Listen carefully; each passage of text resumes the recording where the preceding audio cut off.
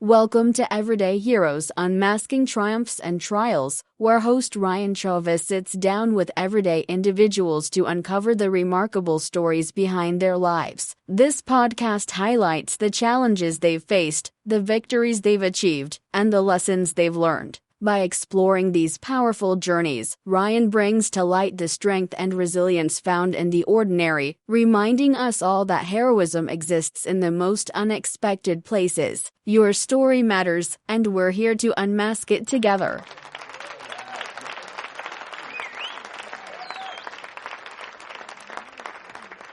Today, Ryan Chavez is joined by his partner in life, the mother of his children, and his fiancée, soon-to-be wife, Ashley Gallegos. Born in Colorado, Ashley is the devoted mother of 5 beautiful children and a survivor of extraordinary challenges. After nearly losing her life to an accidental fentanyl poisoning, Ashley has faced immense trials with resilience and courage. In this one-on-one interview, she shares her story, recounting what happened, how she overcame, and the struggles she continues to face. Please welcome Ashley Gallegos to this heartfelt conversation with host Ryan Chavez.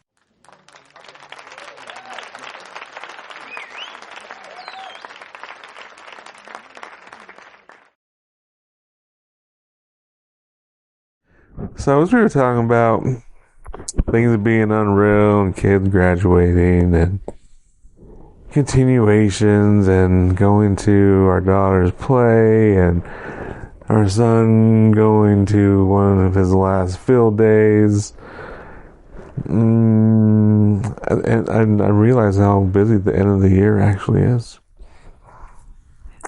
I wonder how many other people actually have gone through having to be at multiple schools. I feel like they probably handle it better than we do. You think? I think we're pretty darn good. Other than them wanting us to join the parent committee thing. I don't want to. I don't feel like my voice is going to be heard. Listen, I just want to say I'm not going to agree with you. I love all my kids, but I'm probably I will never join a parent committee. I'm not a people person. I'm so sorry. But we will bring snacks to the table. If they need it, I got you. I will bring muffins to all you boys. But also to all the beautiful mothers that have taken Ivory to his games and practice. Like, they're angels. And I'm pretty sure Sam's mom is one of them. And they're like just perfect. Sam? That's where your son was over the weekend. Or over Friday. Oh, I thought it was that. I don't remember his name. Sam. Oh. Anyways, his mom is a good mama. Thanks, Sam's mom. Yeah, for sure. I feel like I'm still a teenager. I think that's the biggest problem. Is that, like, I still feel like I'm 18, 17, 14, 13, 12. I still have all my favorite people on the walls. Like, name one person who has posters on their wall. I don't know many people, so I'm not a good person to ask that. Not many people invite me over to their house and be like, "Hey, man, let's go check out this poster Look at this poster over here." But our room has always been the same. I remember the good days when people got excited over buying a poster. Look at this poster. China. It's fucking 6 feet tall, 3 feet wide. Going on my wall. And my parents were just like, what am I doing? It was. I just have Emmett as Slim Shady in a trench coat with no underwear on, covered in pills.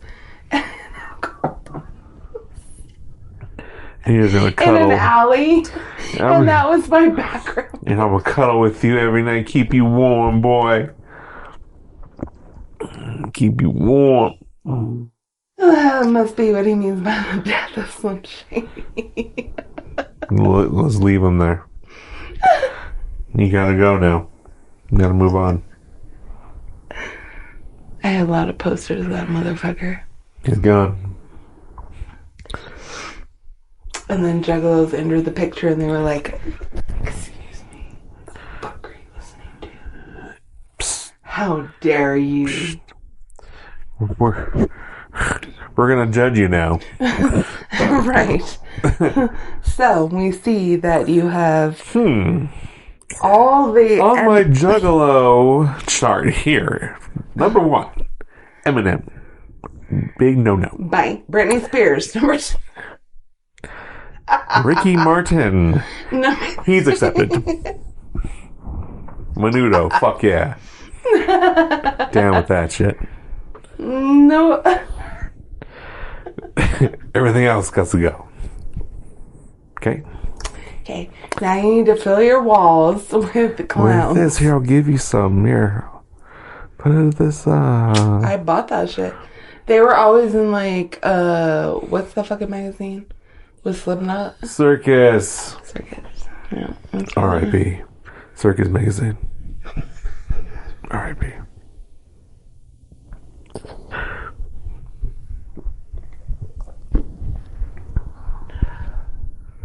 Absolutely. I was always the bitch at the magazine kiosk looking at all the magazines like, Mom, I have 2 Selena magazines right here. Just chilling. Just waiting for you to read them. Not even read them. I want one to like hang the pictures up and then one to keep. Okay. So you're saying it's going to be a project that's upcoming? Yeah. For sure. I don't just want to like hang them up like I'm 14 again. So I was talking about the graduations and stuff because there was a possibility that you wouldn't have been here to see graduations and stuff. Yeah. And it all started on Christmas night of 2023. Yeah. What do you remember of Christmas night 2023? Or you can start wherever you want. I mean, the morning was popping. Oh, my beautiful babies. They're just like so grateful just to have us there and have, even if it was just a little bit, still give them the best Christmas I can possibly give them, no matter what, you know? And there's always like the pictures that you took that are like forever embedded in my brain. And they're just like any other day. What the freak? And we were cooking. Yeah, I would totally was just like trying to clean up the house. I expected multiple guests. My dad showed up first. He did? Yeah, he showed up and he was expecting April to already be here and she wasn't. And he was like, same old thing. And I was like, I'm sorry. Anyways, he gave all the grandbabies their presents, and I just been cooking all day, you know. I mean, what? Juggalo potatoes, green bean casserole. Oh, yeah. Ham. I don't remember if I made a turkey. No, yeah, there was a turkey. I was just trying to be a good mama and a good sister. It was great. Yeah, absolutely. It was wonderful. I was so looking forward to seeing her. Like, I love her. We party often. We see each other often. It's not like a random get together. Like, it's something that happens at least once a month or every other month. We're always get together and party, talk for hours, enjoy each other's company. You know, Ashley, you're my best friend. You know, so it wasn't anything different than what normally happens. Like, we drink, we hang out, she vapes. When I drink, I like to smoke a cigarette. I won't lie. I like to smoke a cigarette. And I know her, the father of Armani, he loves to smoke Marlboros, Reds. So I already knew he had a cigarette. And so I was like, April, can you give me a cigarette? And I smoked one and everything was okay. And then I guess I wanted another cigarette. So we went to the car and I didn't know that he had just smoked a lot of, I don't know what he smoked, but I know he smoked fentanyl. And I got in there. I didn't know that when I got in there. But I got in there and I was like, let me get another cigarette. He said, okay. And he gave that shit to me. And my sister was like, let's sit down in the car and talk. And so we did. And he handed me the cigarette and I lit it. And then I lost consciousness completely. I don't remember anything after I lit the cigarette.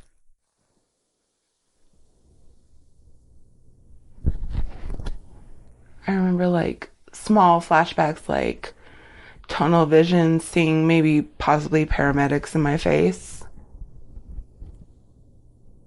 But other than that, I don't remember anything. Only stories of what they told me.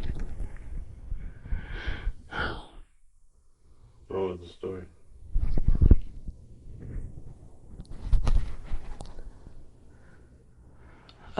There's so many different, April and Silencio they made so many different versions of the story.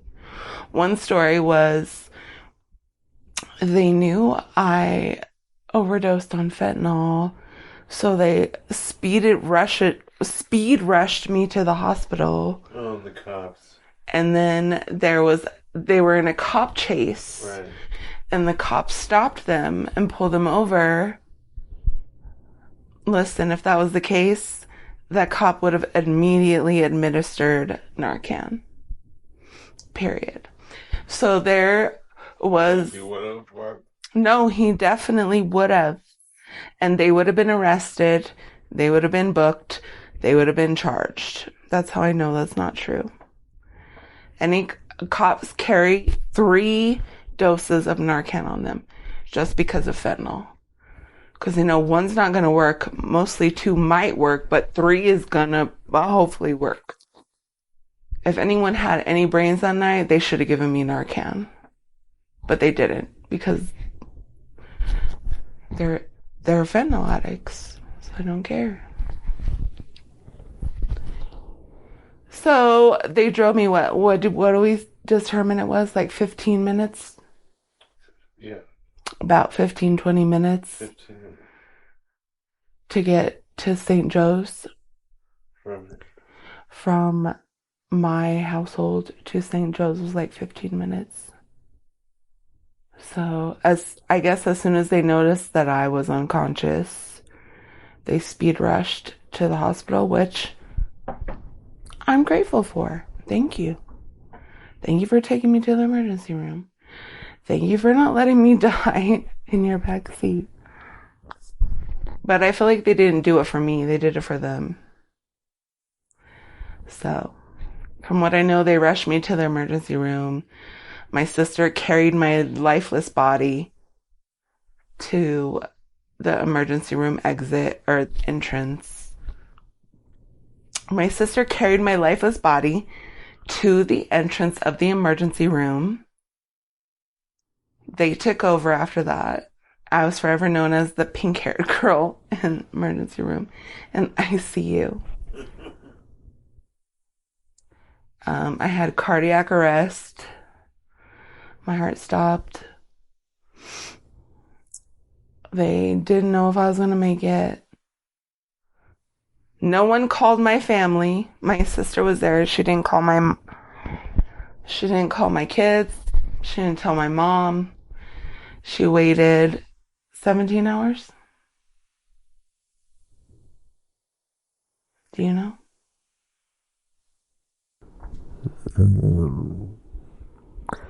She waited a significant amount of hours before she ever contacted anyone that was close to me, that was my kin, that was my birth children, that was like my blood.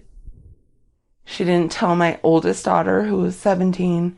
She didn't tell my oldest son, who was 15. She told nobody that I was dying in the hospital,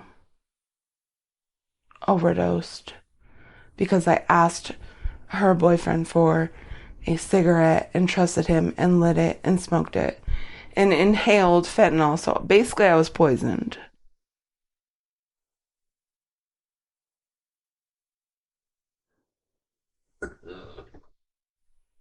So finally the doctors were asking my sister, where are her parents? Where is her next of kin? Which at that point is when she drove with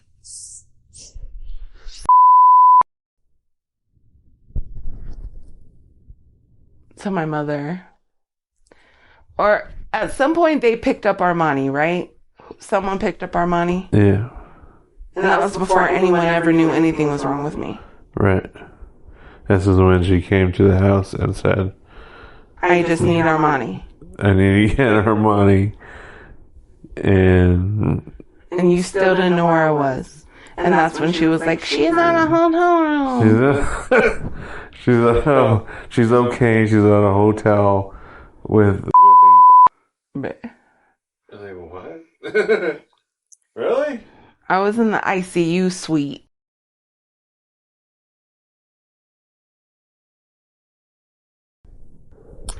So she left with Armani, and this was like 9 a.m, the day after Christmas. After I've already been missing since 9 o'clock the night prior. So that's 12 hours. Yeah, there you go. And you were like, I found out around 6 or 7 p.m. Because that night. I finally woke up and I told my mom, where is Ryan? I finally at some point woke up.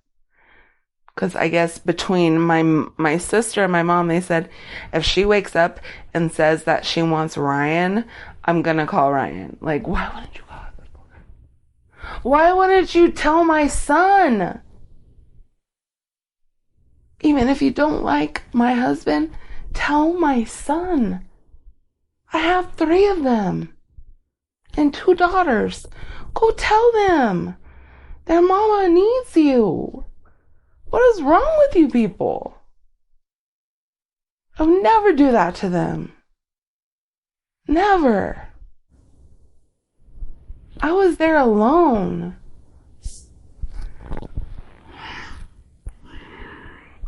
Anyway, so I woke up. I said, where's Ryan? And then I guess that's when you were notified. That's when I was notified, yeah. And she said that you had a heart attack. Yeah. And to come to the hospital. And I was sick at the time. I know. So I was laying in the bed all mad all day. I know. I remember. But then I got up and I left the kids. The older kids watched the little kids. And I didn't say anything because I didn't really know. They said I had a heart attack. I didn't really know what was It's happening. hypoxia. My heart stopped because the drugs they gave me, or that I was poisoned. I didn't have a heart attack. My heart is really strong. They fucking stopped my heart with their shitty drugs. And I'm so sorry. I love you so much. I'm so sorry.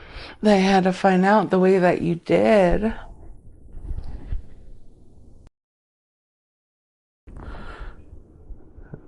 Well, it was, everything was off. Like, what the freak? Why wouldn't you call me way earlier? And then when I got there, you were still kind of, I don't know what you want to call it, loopy on the medicines. Sedated.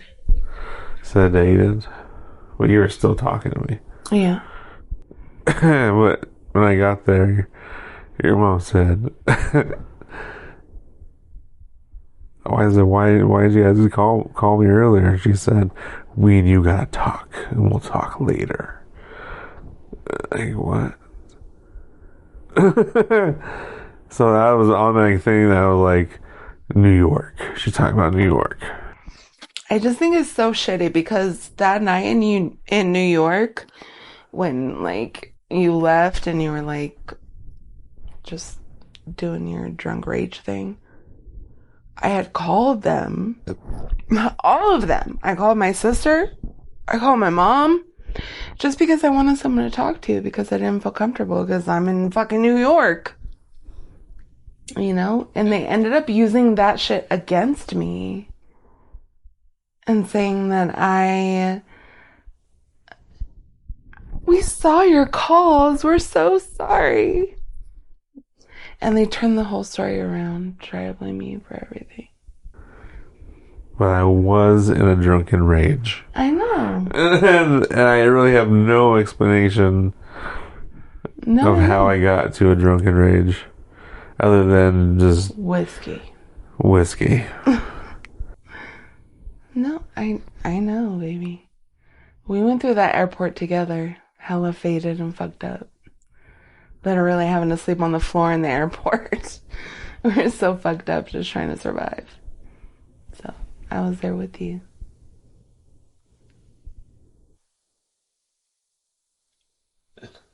I love you. I don't understand why they went about things, but from what I gather, they were just trying to cover their own asses.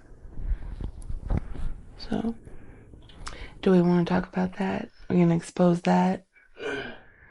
Are we exposing names? Because I have a whole story. I mean, it's your story. And it's a deep story. It's your story.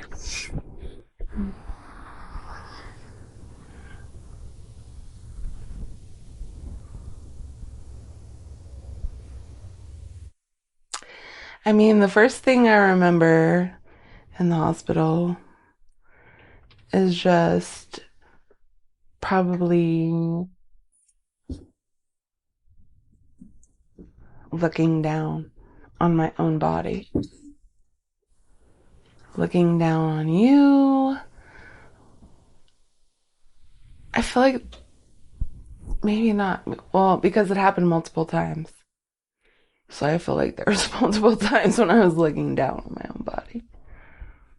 But the first time I remember looking down, being surrounded by people, and they were like baring my skin, like they were cutting my clothes, and I was bare and exposed and to strangers, people I didn't know. But they were trying to save me. That's just a flash that I have. And then after that, I don't really remember.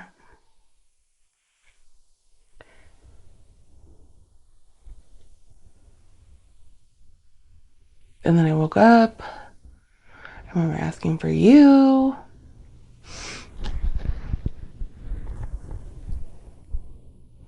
And you came so fast. You were here for me as I needed you. And like as soon as you came, it made everything better.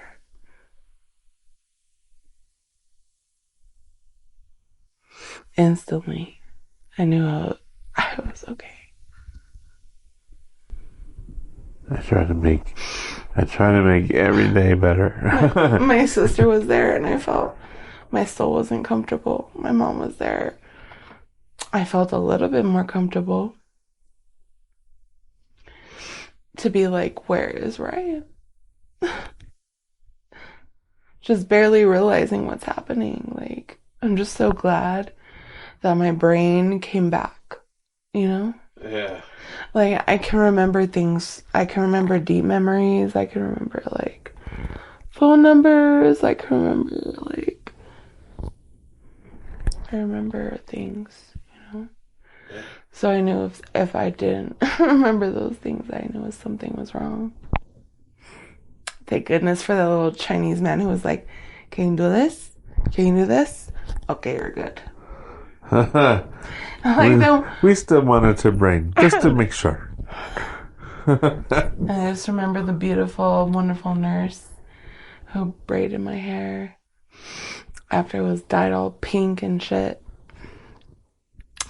And I remember them celebrating the fact that I love Selena, and they were just trying to encourage me to be positive. But it's just that it's such an overcast because I know there was that next time that I stopped breathing.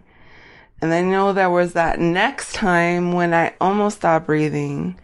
And that's how I ended up with a tube in my throat. So I'm like, how many... I know I didn't die the third time. I died twice. The third time they stopped it, right? Twice. Third time stopped. Before my heart stopped. Yeah. They caught me. Because the nurse was sitting right there and she was trying to get me to swallow food, basically. And I was having issues. Right. But I also had tubes ripped in and out of my fucking chest twice already.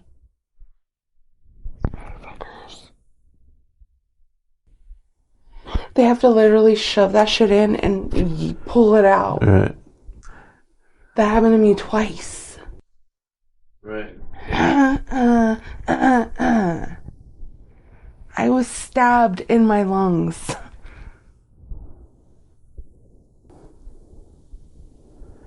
And they're like, we can't keep doing this. Absolutely not. Like, we keep doing this. There's no guarantee I can't do this again. I'm just gonna die. Our lungs have stopped working. They don't work the greatest now as it is, but What was it? tracheostomy. No, your vocal cords? Dysfunction. Vocal cords dysfunction. Because your vocal cords are right by your esophagus. So when they were ripping that tube in and out, it was causing stress to my vocal cords.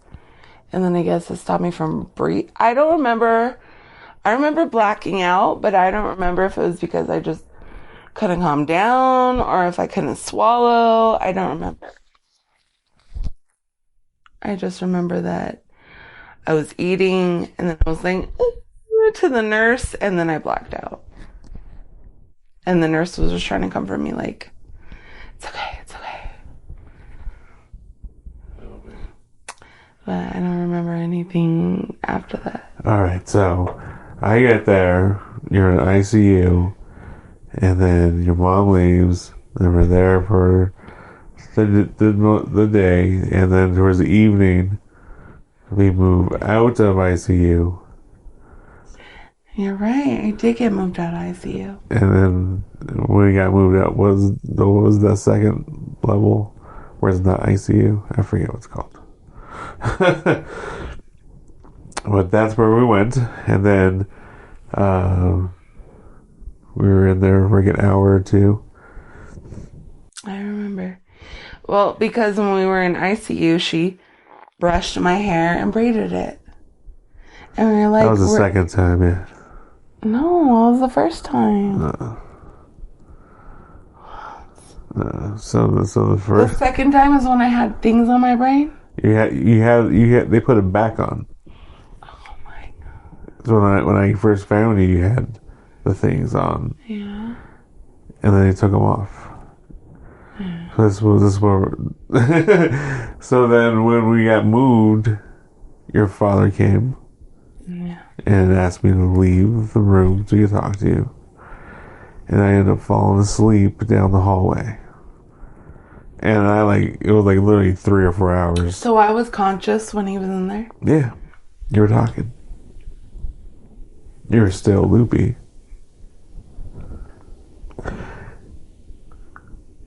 Yeah. I remember little bits of everything. But anyway, I fell asleep down the hall and let y'all talk. And then I came back and you were still talking. Oh shit. You were fine. So then I remember I fell asleep. And I woke up to you doing breathing exercises. With the Chinese lady. With, no, it wasn't. With the blonde lady. Let me tell you why I remember this. I remember why. This blonde lady was doing breathing exercises with you. And she made you set up and you didn't have the oxygen on, whatever. And then all of a sudden it was like, you know how Maya faints? Mm-hmm. You did that. Right. And just fell backwards. And I was like, what the fuck did you do? I was yelling at her. That was the first thing I said. What the fuck did you do? And she was like, stay calm, sir. And then she got up and then ran to the phone thing. And, Code blue, baby. And then You're about to get real popular. And then all of a sudden, seconds after I said that, a whole freaking yeah, just ran in. But I literally watched you just fall over, turn blue, then turn purple, and then the nurses just came in and started hitting your chest. And you already had broken ribs. right. So they were doing this a second time. But they were already broken, so They were already broken, so they were like, let's get it going. And then I was talking shit, so the lady, the religious lady, said, you got to get up out of here. I'm sorry. And then, as I was leaving with the religious lady, I said to you, don't you...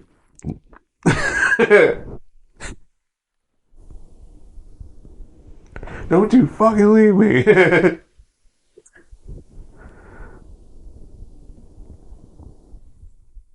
But anyway, that was like 10 minutes. I could already see you. I feel like at that point I was already up. And I could just see things that were going on around me. I could see you. 10 minutes where it took them to run their CPR train and come back and say, she's okay, breathing. And my heart going again. Yeah. I assume it's because I'm old. Is that when my heart stopped so many times? No, it's because you weren't breathing. So you're saying... So that was the first time you passed out, and they didn't know it was your... They didn't know that yet. You just did it, because everything was fine. But she took you off the oxygen. And that's why I said, what the fuck did you do? Right, and they should have already known that one of the biggest symptoms of taking a tube out of someone's esophagus is that it causes vocal cord dysfunction. So they should have already known. And then we went back to ICU. Right. After you were resuscitated again. Because then it happened again. Then we started over. Then you were knocked out by the time I got back to you. And the tube back down your throat. So I never saw them put it in your throat. Because they were holding me back in the room with the religious lady. And then I woke up. And then my sister was in front of me, even though I was double sedated. She's trying to gather evidence for herself. And that's when I have to agree that I want a tracheotomy. Because if this happens again, I'm not going to survive. So we were in ICU again, and then that's when you were with the nurse that braided your hair and stuff. And then we left like 2 days later. And then we went to that same area again, but a new room. And then you were fine again. Eating. You were trying to eat. Trying to eat. And that was the night that Ron brought the flowers.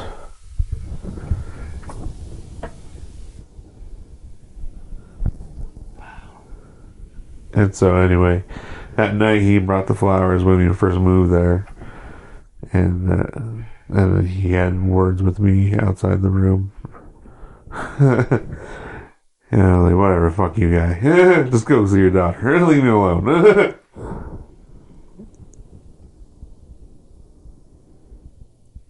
And then that morning, that high energy nurse lady, doctor lady.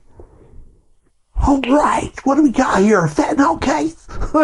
What the fuck? She was like, well, drank too much coffee that morning, remember? She did too much cocaine that morning. And she like put her card on the table. I remember. Anyway, so she was the doctor nurse lady for the. Have you done meth? Yeah, she was being weird. I was like, yeah, I've done meth. What does that have to do with this? Did you find that in my system? Because let me know. That was their biggest problem, is what did they find in my system? Nothing but alcohol and marijuana. It's like throughout the story, it's like a bunch of, this is what happened, then we gotta go back, because this also happened, because this also happened, because this also happened. There was so much that happened. Like, we were trying to include it all, so just keep following along. And you're not even done. We're not even halfway through. No, because it was just like a movie. It was just like a movie. It really was. Because there was, and then as I was learning what was happening, I was like, I'm just gonna text everybody what's happening, because I have information no one else has. Turns out no one cares. So I'm like learning everything, like, wow, and I had no idea that all that.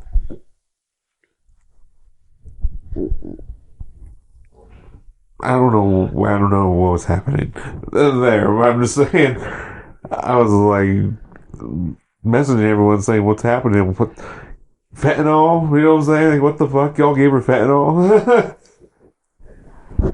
And the text messages I got back were not nice. I know. Should we read them? Not unless you're gonna fucking say her name. That's your story. Exactly. But anyway, so do you think I had a hidden pack of cigarettes in the cupboard? No. That was covered with fentanyl?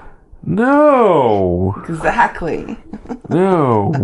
We don't do heavy drugs. Don't touch drugs like that. I don't smoke. I don't sell buy cigarettes drugs. From the... I don't know anyone around me that touches heavy drugs. I just know a bunch of potheads. I don't know anyone. I stay in my own lane. And the one day that I let my sister come over on Christmas, of all days, she plays me like a motherfucking fool. That's like the real issue here. Like, yeah, I was in the hospital for 30 days. I had to do some physical rehabilitation. Like, I still am not normal. But the real problem here is he's still out there. He still is selling fentanyl. He's still killing other people. What is it that I have to do to get people to recognize that this person is not he shouldn't be in anyone's life? Like, my own nephew right now is like, speaking of nephew, that's his son. They smoke fentanyl in front of their son.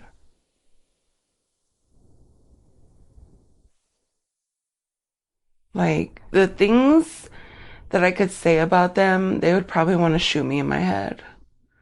Just like they did when I was in the hospital overdosing. That's what it feels like. They shot a fucking bullet into my forehead. And you learned all this when? Before or after Christmas?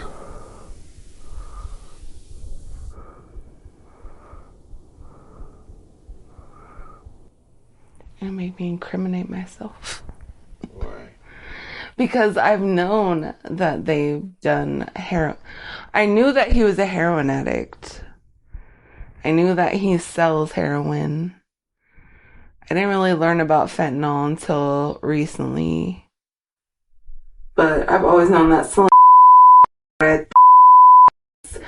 a heroin addict.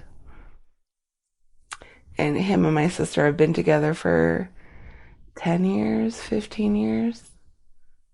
I don't even know anymore. So I guess I always knew, but I didn't know how incredibly lethal fentanyl is. And how it can impact not only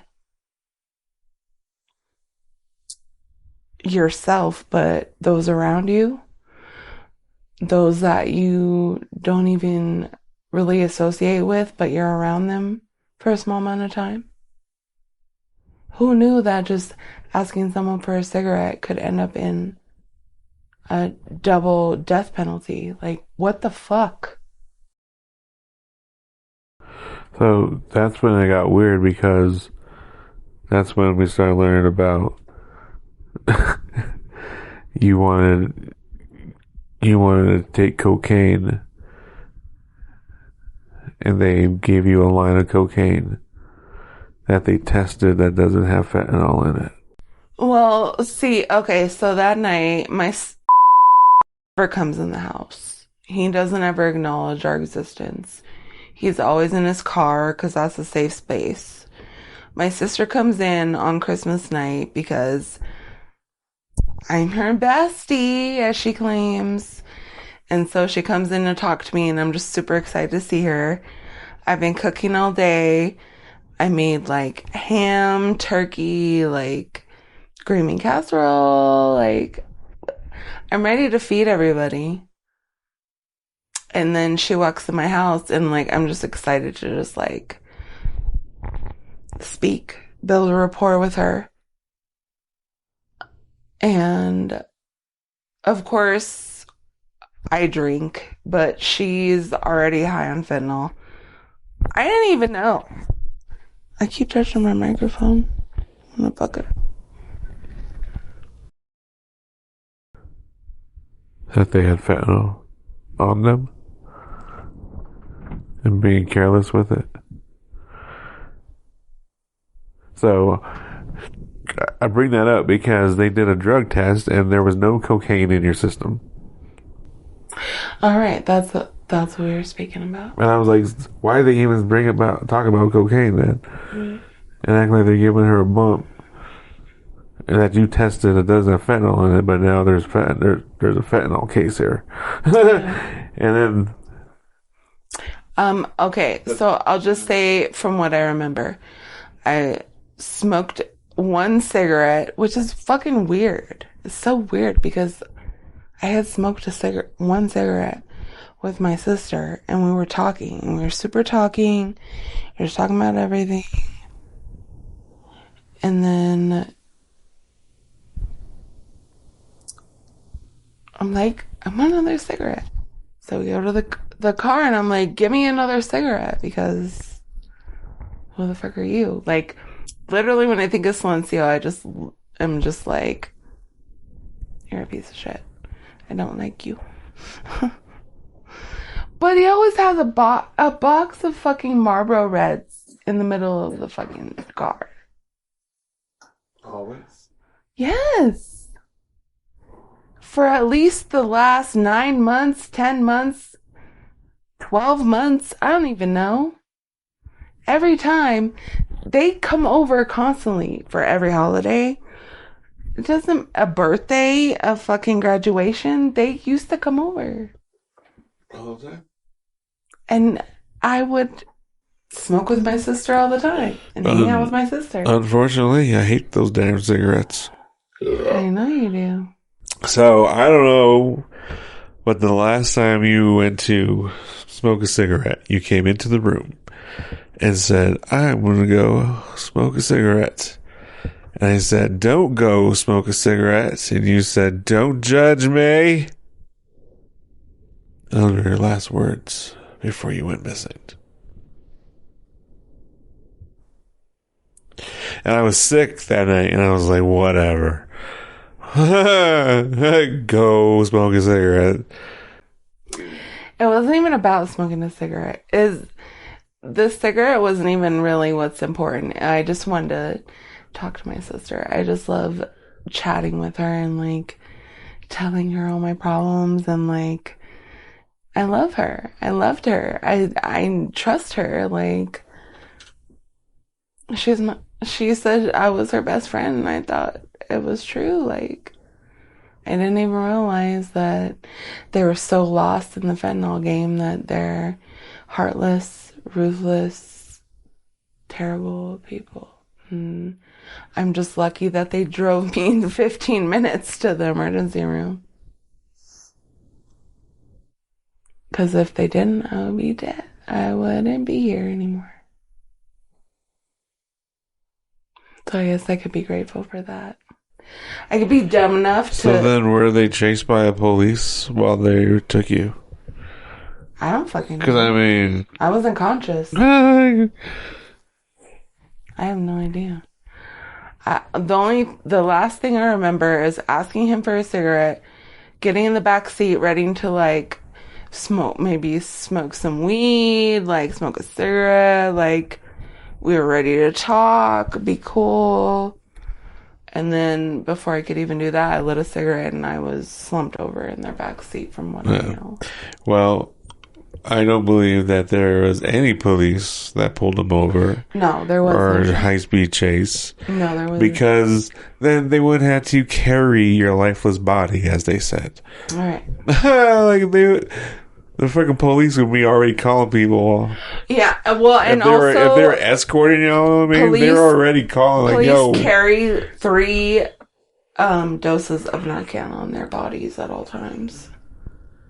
So... if they would have just had, this is how you know how high they were. If they weren't, they would have known to give me Narcan, first of all. They probably didn't have any. But by the time you got to the hospital, supposedly the hospital gave you some and it didn't work. No. And that's when it started. Vision. And then your heart stopped. And then from what a picture, I can't confirm, but it sounds like they gave you CPR on the floor. They did. I don't even know if you were inside the hospital yet. I wasn't. I was on the cement. And the only reason I remember that is because I went into tunnel vision at that point. And they cut your clothes off. Yeah. Yeah, I feel like probably gave me Narcan on the ground outside. And then they fucking obviously put me on like a gurney. And they just started chopping my clothes off and fucking giving me CPR. And that's when I died, because that's what I remember. I remember looking up and seeing down and seeing my bare everything exposed and multiple people around my body. I don't remember the specifics, but that's what I saw from way up in the ceiling above. And so I think I was already like, my soul's already kind of leaving, but it wasn't gone completely. Like, it was just lingering and like, oh, are we doing this? Are we not doing this? That's crazy. So you remember, you could see, you're saying you could see yourself? Yeah. I was like in the corner up in the ceiling, like in the corner or in the ceiling, whatever. And I could see down at my own body.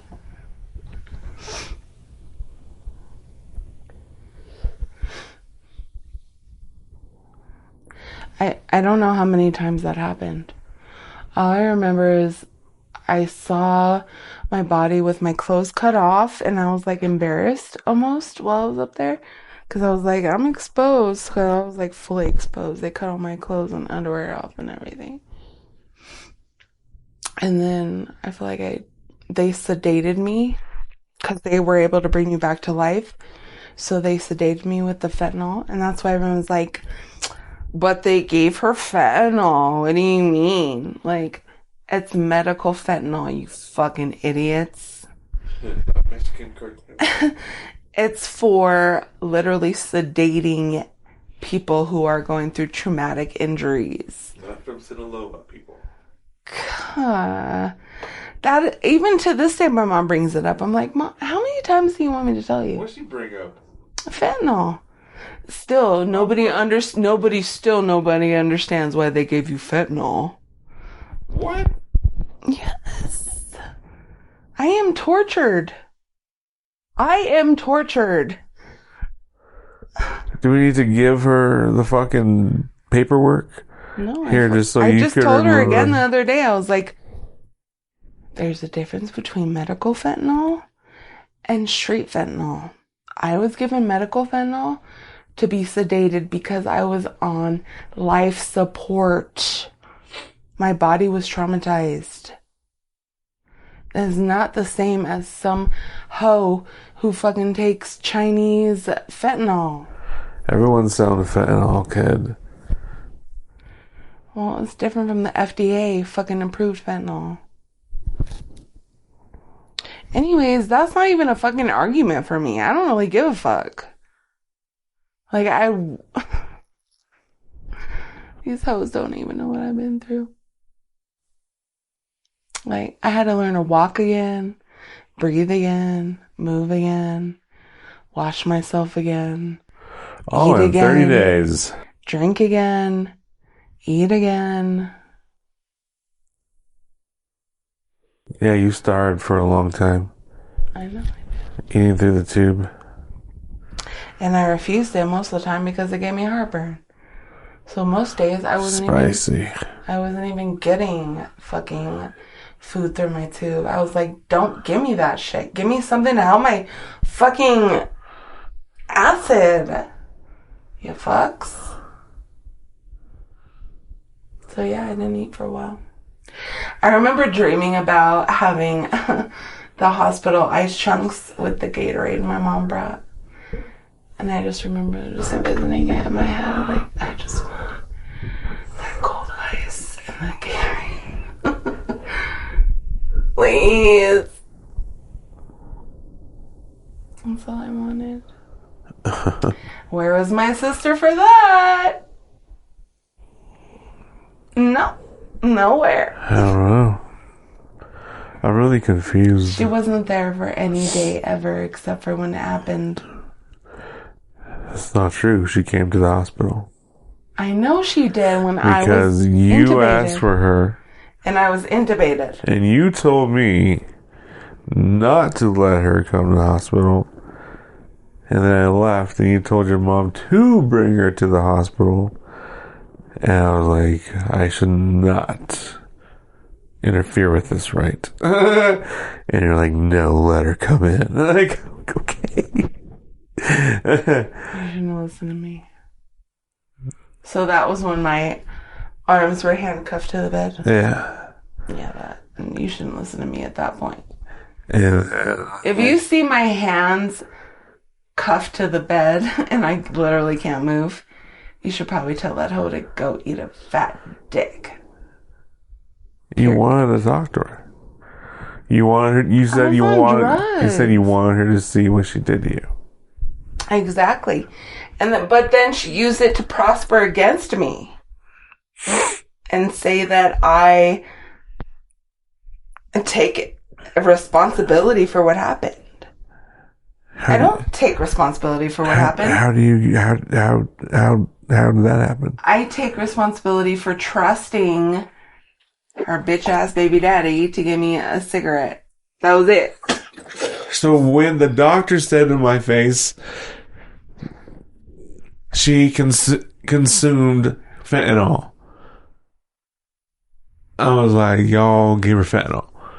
And I was like, this is secondhand smoke consumed, possibly, or actually ingest, or, whatever. Ingested. And she was like, nah, she straight took it. And all I can think of is this cigarette, because that's all everyone you keep talking about is the cigarette. Like, she fucking left the house to smoke a cigarette, because you walked out of the room, and I told you not to. Mm. And she went to go smoke a cigarette, and you never came back. So fucker was just being careless with his fucking drugs. Got shit on this fucking because the first cigarette passed I smoked, it to you. And it could have been one of his that he was going to fucking smoke for all we fucking know, right? Like he got his own shit. She gave me one cigarette and I smoked it and I was fine. And then I went in for a second one and that's... And I texted him and I was like, realize that y'all gave her a lace cigarette? That's when I didn't realize that he just smoked. I didn't realize that he was just handling fentanyl. I didn't know. And I didn't know either. She could have told me and been like, he's smoking, you shouldn't. You're good. Go smoke some weed. Not even that common sense. So that's why I was like, I take responsibility for trusting the motherfucker because I thought I was okay. I thought I was just getting in the car so we could all conversate. You're saying she made you write this down? Isn't that what you said? I didn't say that. Because I couldn't talk. So I didn't talk. I wrote it. And when I wrote it, that's why you take responsibility for what happened? No. What the fuck? We had the book somewhere. I do. I didn't throw it away. It's out there. You're saying that she made you write and took that page? I highly doubt it. Like, you think that's going to hold up in law, bitch? That's not. No. But that's what she claims when she talks to my mom. But it doesn't even matter because he didn't involve the law because he didn't want the law involved. Exactly. So what are you so scared about, baby girl? Why are you so scared? You had because you're guilty? You had chances to get the law involved, and you didn't.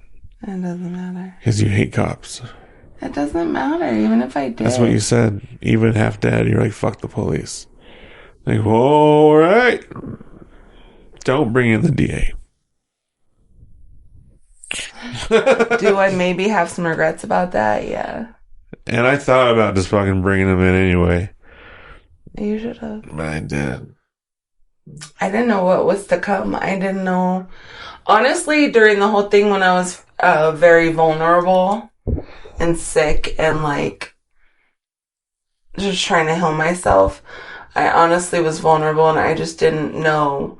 Did I do something wrong? Did they do something wrong? Like, do I deserve this? That's why I said it's like a movie. It just kept unfolding.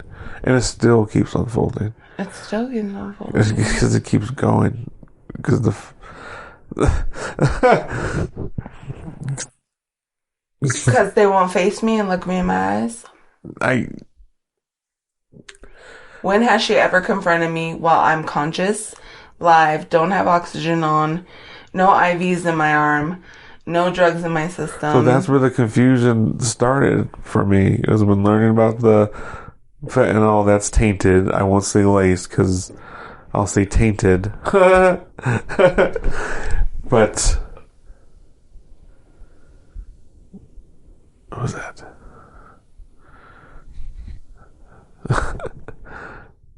No, man, that threw me off. What was I going to say? Oh, okay, so So when she came to the hospital, that was the same night that your mom went to go watch the kids. And I was going to stay with you. And anyway, she left. But she left and didn't say goodbye. She just disappeared. Which I thought was weird. Talking about April? Yeah. I don't remember any of this. So when she was there, anyway, she didn't want to be there. She wanted to leave. Say goodbye. She just. She didn't want to be there, Ryan. She doesn't care about me, Ryan. She hates me. And then I called her because your mom come back. Because your mom couldn't handle the kids, right? Or whatever was happening, right? She couldn't handle the kids, so I had to leave at 5 a.m. to go take care of the kids because your mom left because they're wilding out. Nobody even had to stay with me. I was stay with my fucking self. Those fucking people. So I was like, can you go stay with her? Like, stay with the kids? No, because she has to smoke fentanyl. She kept saying yes. Oh. And then she kept apologizing for not showing up. And then it went from that to just no more talking. I haven't talked to her since. Ever since she tried to give me a fucking... She thought she was going to solve all her problems with a seafood boil. I'm like, bitch. Fuck off. I can't. I don't know if I'm in the wrong or I'm in the right, but I don't want to ever deal with her ever again in my whole life.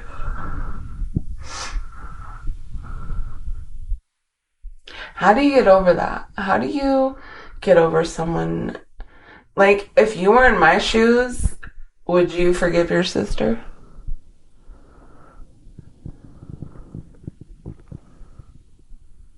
That'd be a hard one. I died 3 times, 2 times. So it's a yes or no question. No. Dead. I say no because you should have never put me in that situation. And that's the thing, is like, I trusted her. You put me there. I trusted her so much. Even if it wasn't on purpose, but with carelessness. Well, and she left me vulnerable. Like, I wasn't even wearing tennis shoes or socks. I was just wearing flip-flops. I was wearing, like, my house, what I wear in the house. I've been working all day on dinner. Like, and then I get in your car and then I die. How is that fair? That you don't take any responsibility for that. So she's still driving around in the same car that I died in the back of it. So she's just driving around with her karma and guilt all over her, drenched in it. That's so weird. Not even just from me. You sat in the same back seat a little 5-6-year-old boy was in. Sits every day. Literally 10, 15, 20 minutes before you sat in it. Right. What? His tolerance is a little bigger than mine is, I guess. Just the fact that they arrested a 60-year-old, almost 60-year-old woman over 2 fentanyl addicts smoking in front of their son is just mind-blowing to me.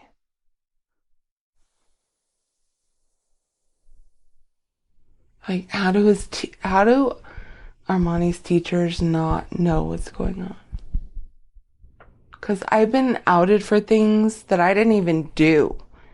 And I had the social services at my house. How do they not have social services? Not even once. And they poison him. And they don't watch him. I don't get it. Why are they so protected? Do they have demons? What is it?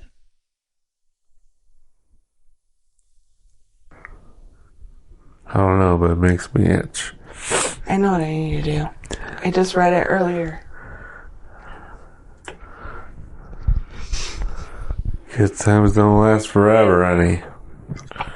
No, I know. There was a banishment. Oh, here it is right here. Binding magic and banishing magic. Bind a person from harming you or your loved ones by making a featureless clay image of the perpetrator, tying the figure with knotted thread or ribbon, declaring what is not allowed, wrapping the figure. Oh, I feel like I've done this before when I watched The Craft. I should not. You should not. What do they do? The fucking Craft? I bind you, Nancy, from causing harm against you or against others. I bind you. Well, that's what that is. But no, there's another. You're getting binded, Nancy. No, there isn't. Nancy, I bind you from doing harm to yourself and doing harm to others. True. Are you telling me you didn't do this?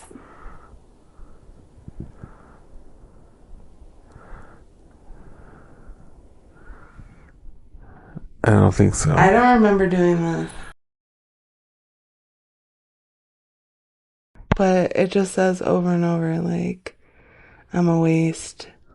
I should die. Was I suffering? Like, what is wrong? Why would I X out the picture? I don't remember doing this. And there's just letters and letters and letters. I think this was trying to quit alcohol the first time. Anyways, the banishing magic. This is the one I want to do. Banishing magic removes or returns any negative psychic attack or physical threat to you and your home or loved ones, and takes away bad habits. Light a candle, tie a knot in a thread, hold the knot into the candle flame. When it breaks away, say, I cut the ties that bind me to blank, bury the thread in soil, and blow out the candle. Wow. I think I need to do that. But I don't have thread. Yeah, well, I guess we're going to Hobby Lobby. No, fuck that. Let's go to Michael's. I can get a thread off a fucking blanket if I need to. Let's go to Wally World. Fabric section.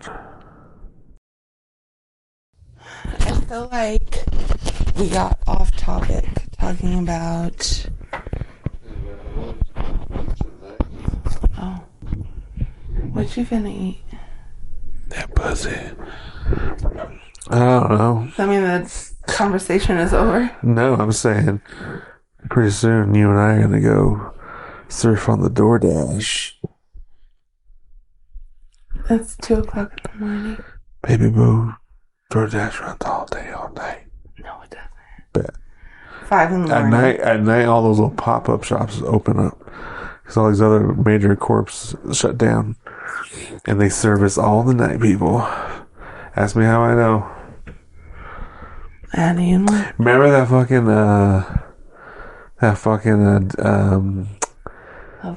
what'd you call it? Let me remember.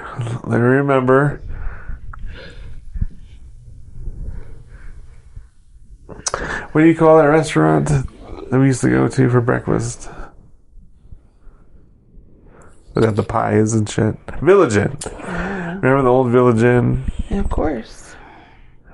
I used to go with my grandma to all the time. I love Village Inn. Village Inn shut the fuck down, and they're trapping out of that kitchen, hamburgers and pies. I bet they're so much better too. and it's like one dude and his little crew, whatever, making different shit. They have different stores for different shit. They were baking shit and making cheeseburgers and pizzas. And it was 2 different restaurants. And it wasn't even a restaurant. It was just a pop-up.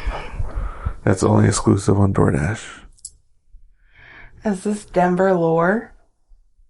Is it? Yes. Am I talking about shit that people don't know about? Yes. Is it DoorDash secrets? Yeah. I'm a DoorDashian. You really are. Congrats. Alright, so we got off topic. And he wanted to get back on topic of... More or less, I just want to talk about my recovery. And what a long, tedious process it was. From just like being intubated a few times, and then all of a sudden I have to have a tracheostomy, which is a breathing hole in my esophagus. So, when the doctors first started talking to us about the trach, they said it was an option because, right, like you said earlier, they don't want to keep jabbing that thing down your throat. And my vocal cords already are dysfunctional. And at this time... This was after they dysfunctioned, right? Your parents were arguing because they wanted to take you to a different hospital and have you leave. So here's the weird thing. Okay, when I first got there, you had your mom as the person to make decisions for you. I am shit. Well, what I'm trying to say is, at some point, I remember you switched it over to me. Yeah. Well, what it was is my insurance. And it wasn't. I have them as my emergency contacts. Oh, the emergency contact. So my dad was telling me that's how he first heard about it, is because they were wondering where the fuck are her parents. And so they went to my emergency contacts of my Medicaid. Because she wanted to tell them where her parents are. And so my dad said, I got a call from the hospital that said you were there. And that's where he said he heard it from him. So, yeah, I have them as my emergency contacts. Because who else are you supposed to put as emergency contacts? See, and they didn't tell him for hours way after I found out. Yeah. They didn't even tell him. He found out because of emergency contact. Yeah. So they wouldn't even told him. Well, and you said I was there for like so many hours without anyone. Except for that hoe. Yeah. Well, from the time you got there till when your mom got there, supposedly. Which was at least 12, 13 hours. Well, supposedly your mom got there to you at 9, 10, 11 o'clock.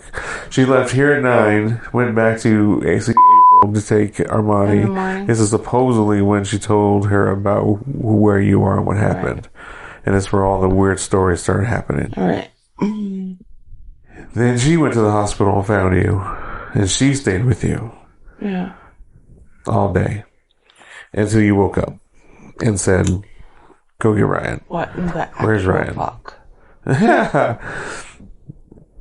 And then I said earlier when I got there, she said that she has to talk to me, and what she had to talk to me about was if I was supposedly meeting you in New York, and you were crying to your sister about me beating you, and you were scared, when in reality we had arguments in New York that we way on alcohol. But I did not put my hands on you. No, I never said that you did. But they said I did. And that was the reason why they said that they didn't want to tell me. Because they didn't want me to come to the hospital and cause any more harm to you. They didn't want you you to to go to the hospital and beat her, fool? They don't want you to go to the hospital and beat his face into his booty hole. That's what he didn't want. I definitely want that to happen. I pray that the opportunity comes. The only reason why any of that happened is because they were protecting their own assholes. And they're still doing it now. From what I hear, fentanyl is like, we saw it in the documentary. I fucked over my mom, my dad, my whole family. I don't care. It was totally worth it. It feels great. I love it. I can do fentanyl and I forget about everything. Perfect. Until you die. Until you don't.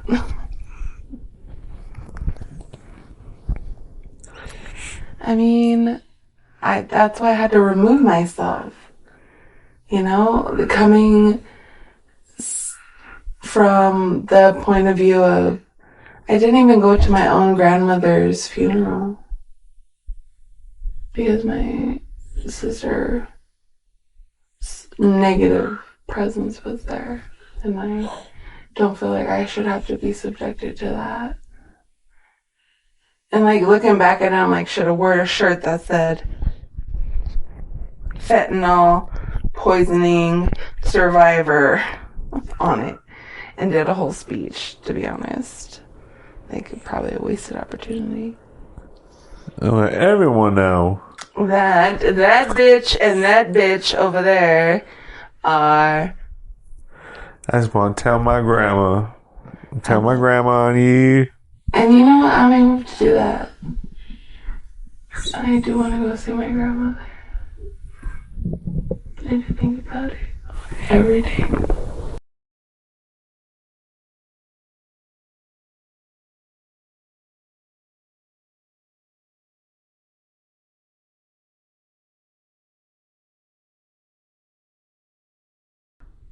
So what do we do? Need to start our own kill your fentanyl dealer campaign? How do we do that? There's a whole... Is there already a thing? I mean... Start our own thing. I don't know what it's called. We go around beating up fentanyl dealers. Right. You can sell literally anything in the world and you choose fentanyl. Well, that's the thing is you could choose weed and there's still fentanyl in it. Fentanyl. You could sell cocaine and there's still fentanyl in it. Fentanyl. You could sell Xanax. How about we stop selling drugs? And there's fentanyl in it. You could sell oxycodones and there's fentanyl in it.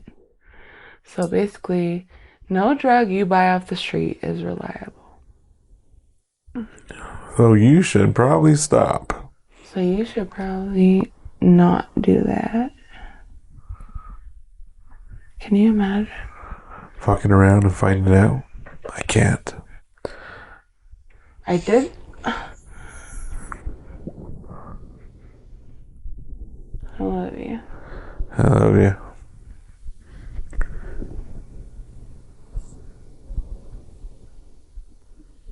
I'm just mad they made me seem like I was like a drug hoarding monster. That's why she's dead in the hospital, because she was a monster. It's like I was literally an angel. I had no idea. I was literally just preparing for Nicki Minaj. Just happened a couple days prior.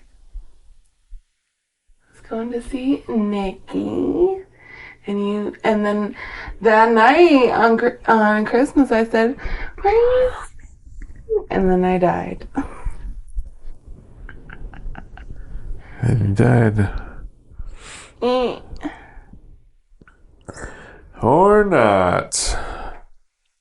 Or am, bitch. Can't stop me. That's right. Those juggalos can't die. That's what I'm telling you. work my ass off in the hospital. Motherfuckers. Like, bitch, you fucking sit there and you do fentanyl every single day and you just complain. Try to get off fentanyl for a week and see how hard it is to live your life, bitch. When all your guilty fucking sins and your fucking everything comes back to you. When you're not high anymore. When you're not numb anymore. When your sins are sitting literally on your chest, on your soul.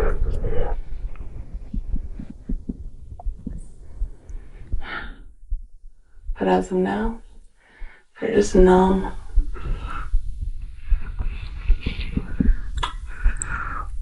They don't even care about anyone they hurt, anyone they brought trouble to.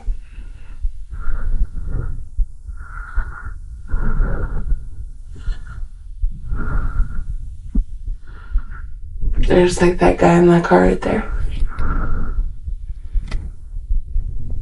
Free bird.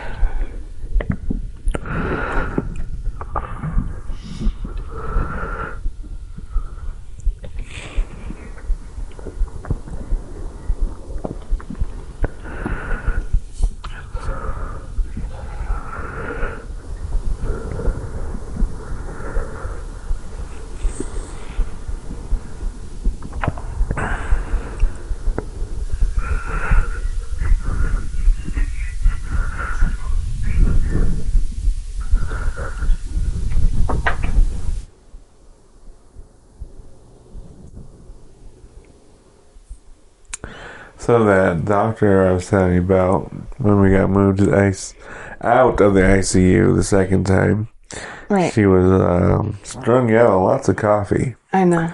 I remember. This was on New Year's Day, January 1st. Right. So I remember I told them I didn't want my dad there, right? You told him you didn't want any visitors because your dad came the night before drunk, I guess. Right. And pissed you off. Yes. And then I remember us celebrating the new year with the nurses and that thing and me and you. That's right. And then we tried to go to bed. Mm-hmm. I slept. Of course. You did not. Not easy to sleep in there. And the wild coffee-driven nurse doctor came in. Right. And I just remember questioning you. That's where all the weird drug questions started happening. Right. And then and I already know that she made your anxiety go crazy because of her energy. She made my anxiety go crazy. Yeah. But when she left, you started freaking out about the kids and making sure rent was paid. And you were like, just go check the kids. Go be the rent. It'll make me feel better. Like, what? I could pay it later. And you're like, no, I need to go check the kids. I wasn't. So I went as fast as I can to go do just that. And I did just that. In the middle of that same coffee-driven nurse calls me and says, you stop breathing again. And this was literally 15 minutes after I left you. To go do this errand. And so I finished the errand after she called me. Because she said that they put you right back on the ventilator. And you were knocked out again. For the third time? Yeah. So I was on a ventilator 3 times. Yes, and that's when they started talking about the trach. Because then that day is when they realized that your tonsils or your vocal cords are shutting. You're not realizing it and you're not breathing. And so that's when your parents were wanting to move you to another hospital, and be like it's all extra. I'm so glad that And they didn't want to do the trach. I had you there to advocate for me, and like, And I'm I glad said that we're doing the signed trach. everything to you. I was at least in right mind to give you the power. You still had to sign for it. I know I did. I remember. And you signed for it in front of April. Really? Yeah. Because she texted me and told me that they just left and you signed the paperwork. Too. Because if I was to get intubated again, I would die. That's right. And then they put too big of a trach inside of your throat. Yeah. And you were stuck with that too big of a trach for 2-3 days. A week? About a week? 4 or 5 days. Yeah. For them to realize that it was too big. And that's why you couldn't get no voice. Couldn't put the cap on my trach. And then they put a smaller one in, and then they shipped you out. And I said, "Hi, I can talk again." What was that place called? Ventura? Vibra. Vibra. Welcome to Vibra. We'll make your stay great.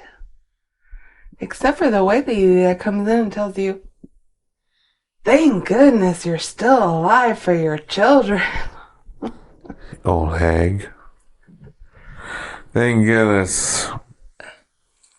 But what's also sad is they don't offer any mental health care. It was just physical. Like, I could have used a therapist during that whole thing.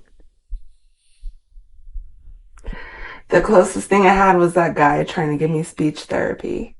Because they thought something was wrong with my vocal cords.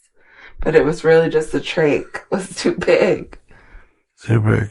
And remember at one point they told me this might be a long-term thing. And then I might have to go home with it. They never said it was going to be a long time.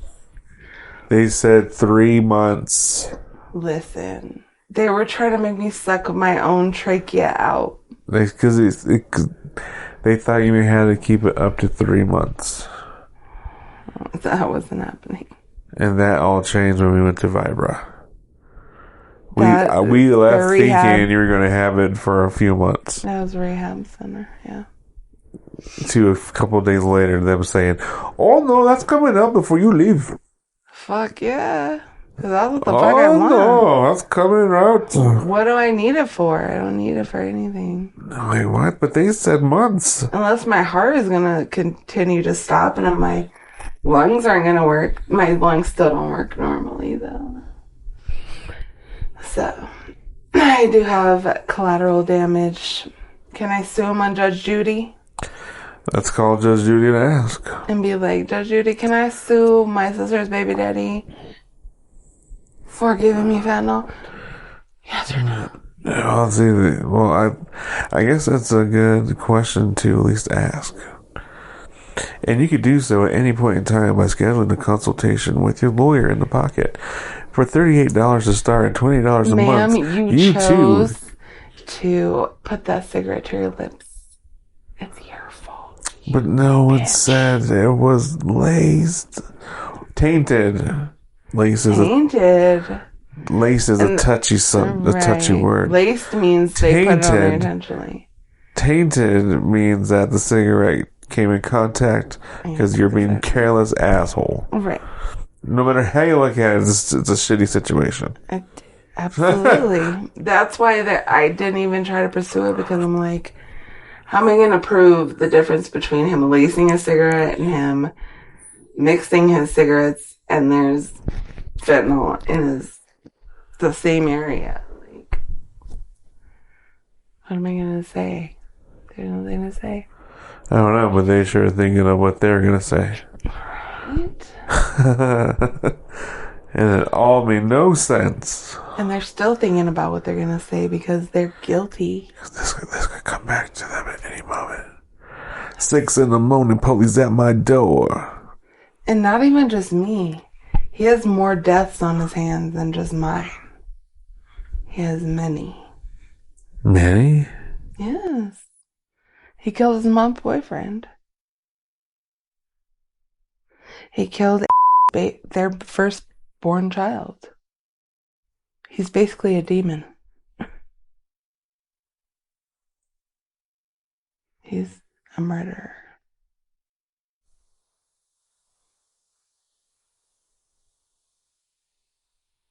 Who's gonna tell him though, huh? That was when they were in the car crash.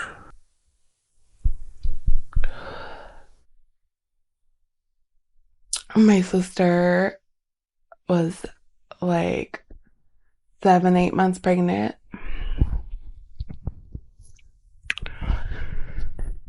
They were in some kind of high-speed chase. He ran into the... Oh. I heard the pop.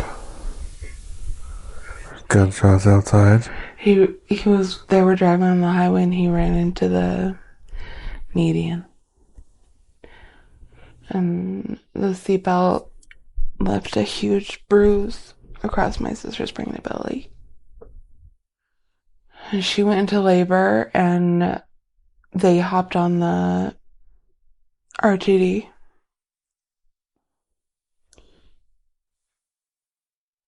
And I feel hella guilty too because I was like sick that day. And I didn't answer the phone when she called me. And then the next day I find out that she lost the baby. So I feel like there's some animosity there too. Because I wasn't there for her the way I should have been. It was like karma. Is that what this is? It's karma? Not there for her in what way? I didn't go to the funeral for her child that Silencio murdered. She gave birth to a stillborn baby. All because he wrecked into the side of the highway. And he didn't get her to the hospital in time.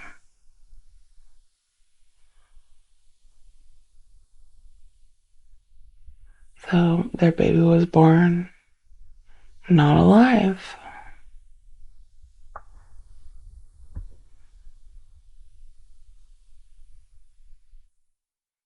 Has nothing to do with me. I just didn't go to the funeral because I just can't fathom.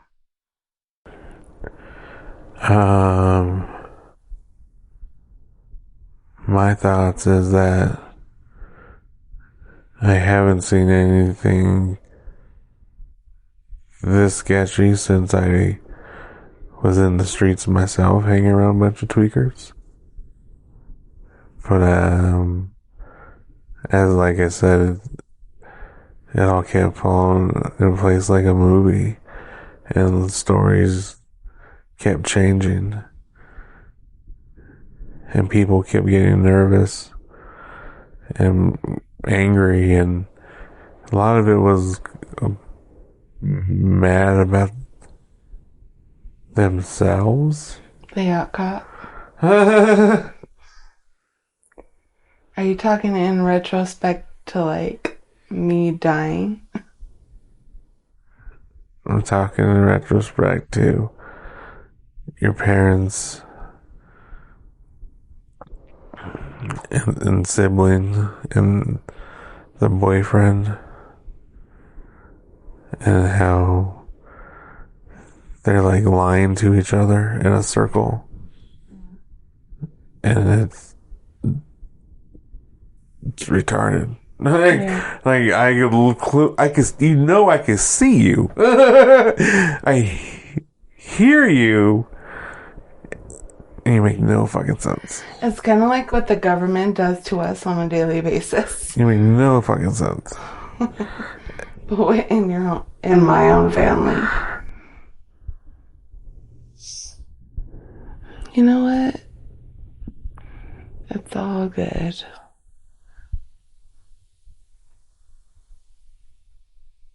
Just stay away from me. That's all I want y'all to do. Stay the fuck away from me. Like, I want to fuck up each other's life. Just keep me out of it. I don't want anything to do with any of you.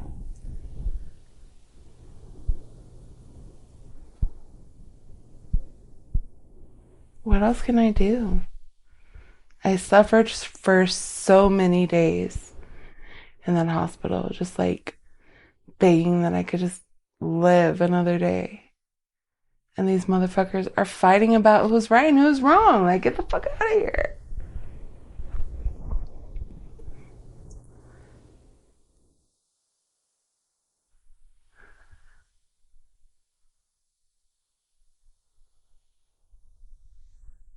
They have no idea what I went through.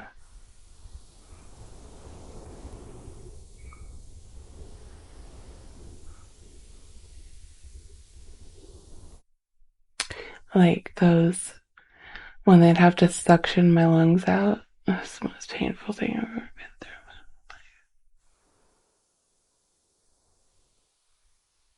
I was like up there with childbirth.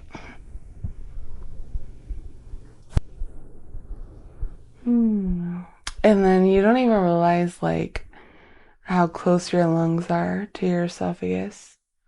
So they would just literally, well, the nice nurses would just poke your lung just for a second, just to activate the hacking motion. But then there was the ones, Through the trach, you mean? yeah, through the tracheostomy, through your esophagus. So they just stick the suction tube through your throat and down into your lungs, trying to like clear all that nasty shit out of your lungs. But some doctors would like just touch your lung with the very tip of the suction cup and you would start hacking, but some of them would just like dig in your fucking lungs and be like, and you're just like, Because they're trying to find it, and they are finding it. they're just trying to, And not knowing they're finding it. they're just trying to get the phlegm out, you know? Yeah. And then there's just so much phlegm just because being intubated. You said tres? I was intubated tres? Yeah. That's why there is so much. That's why. That's why there's so Can much. I go talk to Judge Judy now and be like, can I get a settlement for these hoe-ass bitches over here that forced me to get intubated 3 times and now I have to take a breath every 4 words? Or what?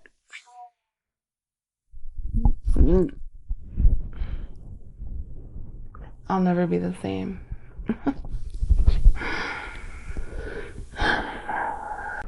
I love you. I love you. Karmic retribution.